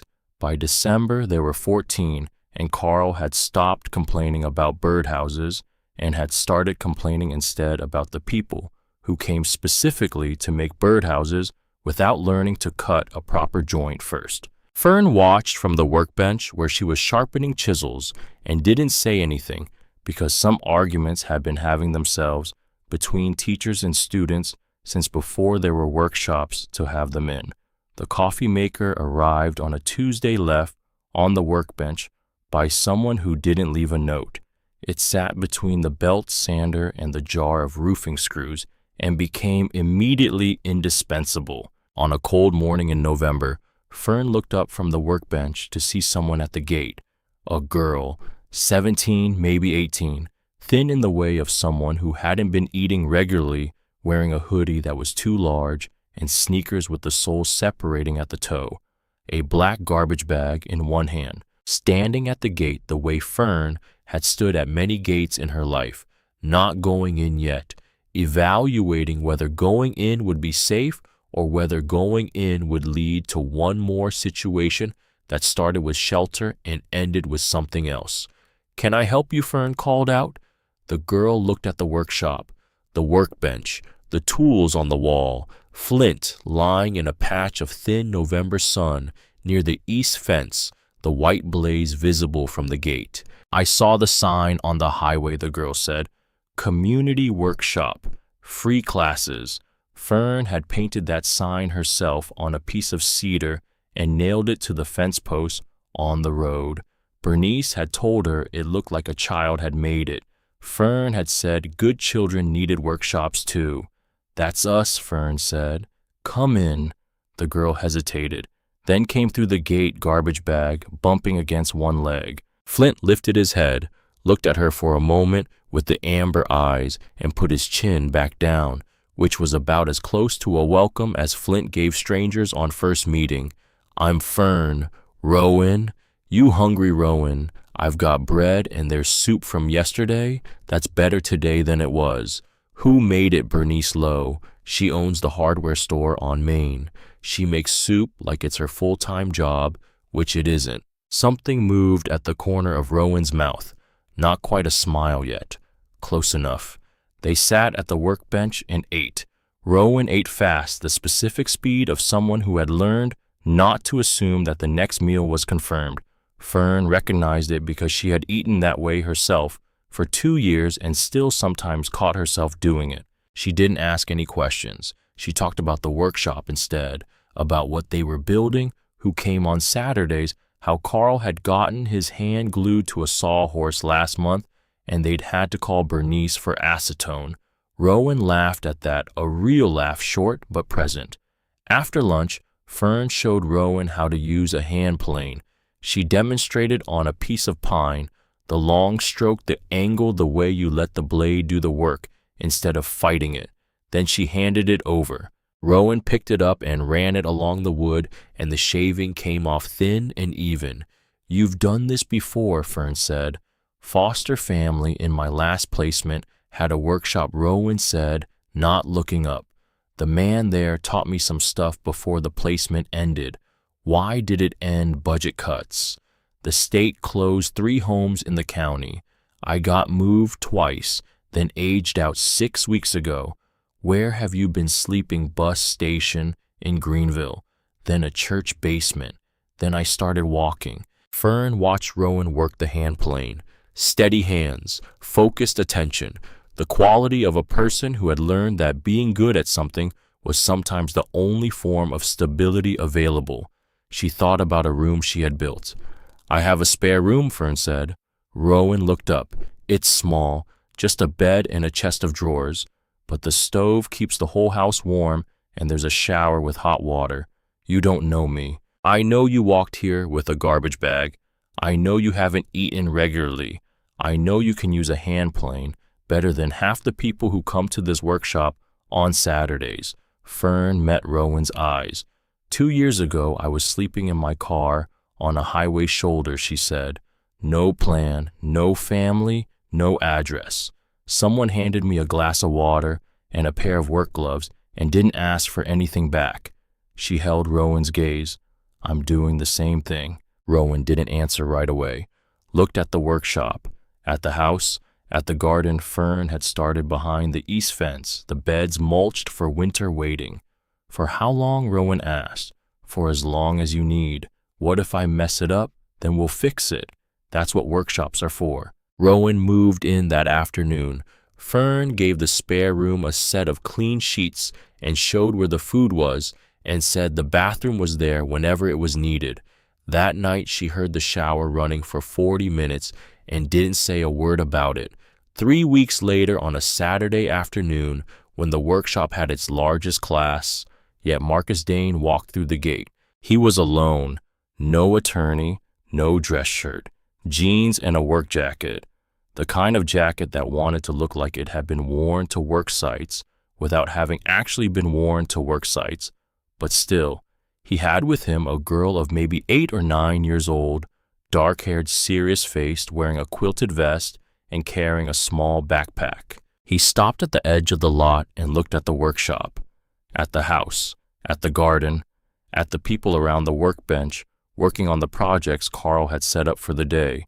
Then he looked at Fern. This is my daughter Elise, he said. She wants to learn how to build a birdhouse. His voice was different from every other time she'd heard it. Not quieter exactly, more present somehow, with less of the management quality, the practice quality of a man who was used to rooms arranging themselves around him. He was just a man at the gate with his daughter. Fern looked at Elise. Elise looked at the workshop with the concentrated assessment of a child who had decided to take something seriously and was taking inventory of what that was going to require. Carl runs the Saturday class, Fern said. Birdhouse kits are at the third workbench on the left. Marcus nodded. Thank you. He walked Elise to Carl's station.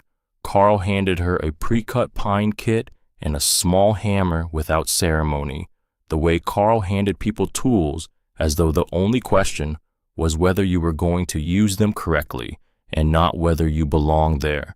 Marcus stood back and watched his daughter hold the hammer with both hands and look at the first nail. He stayed for 2 hours. He watched Elise work, and when Carl showed her how to set the nail before driving it, Marcus leaned in to watch the technique with the careful attention of someone who had never learned something and was realizing they were watching it for the first time. He didn't talk about the lawsuit. He didn't talk about the land. He didn't make any speech or offer any explanation for the lumber that had arrived on the morning after the hearing. He was just there.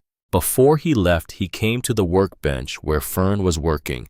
She had a good time, he said, nodding toward Elise, who was holding a mostly assembled birdhouse with visible pride, despite the fact that 2 of the joints were not entirely tight. She's welcome back, Fern said. Marcus paused.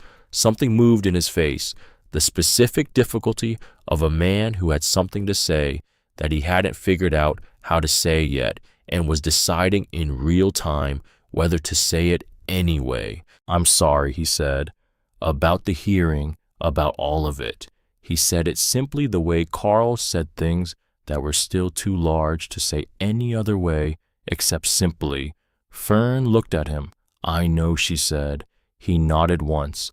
Then he collected his daughter and walked back through the gate to the road. Flint watched them go from his position near the east fence. The white blaze and the mismatched ears, the faded red collar that had been on him the first evening she'd seen him in the collapse tank, the same collar that had been on him through every morning since, through the first cold nights, and the discovering, and the building, and all the days of work in between. His tail moved once unhurried as Marcus and Elise walked down Tower Road. That evening, after the workshop had emptied and Carl had driven home and Rowan was inside at the table doing homework she'd started when she enrolled in the Colton school 3 weeks earlier, Fern sat on the steps of her house. The air was cold, mid-November now, with the edge of real winter beginning to show itself in the morning's frost on the concrete of the foundation, the breath visible at dawn.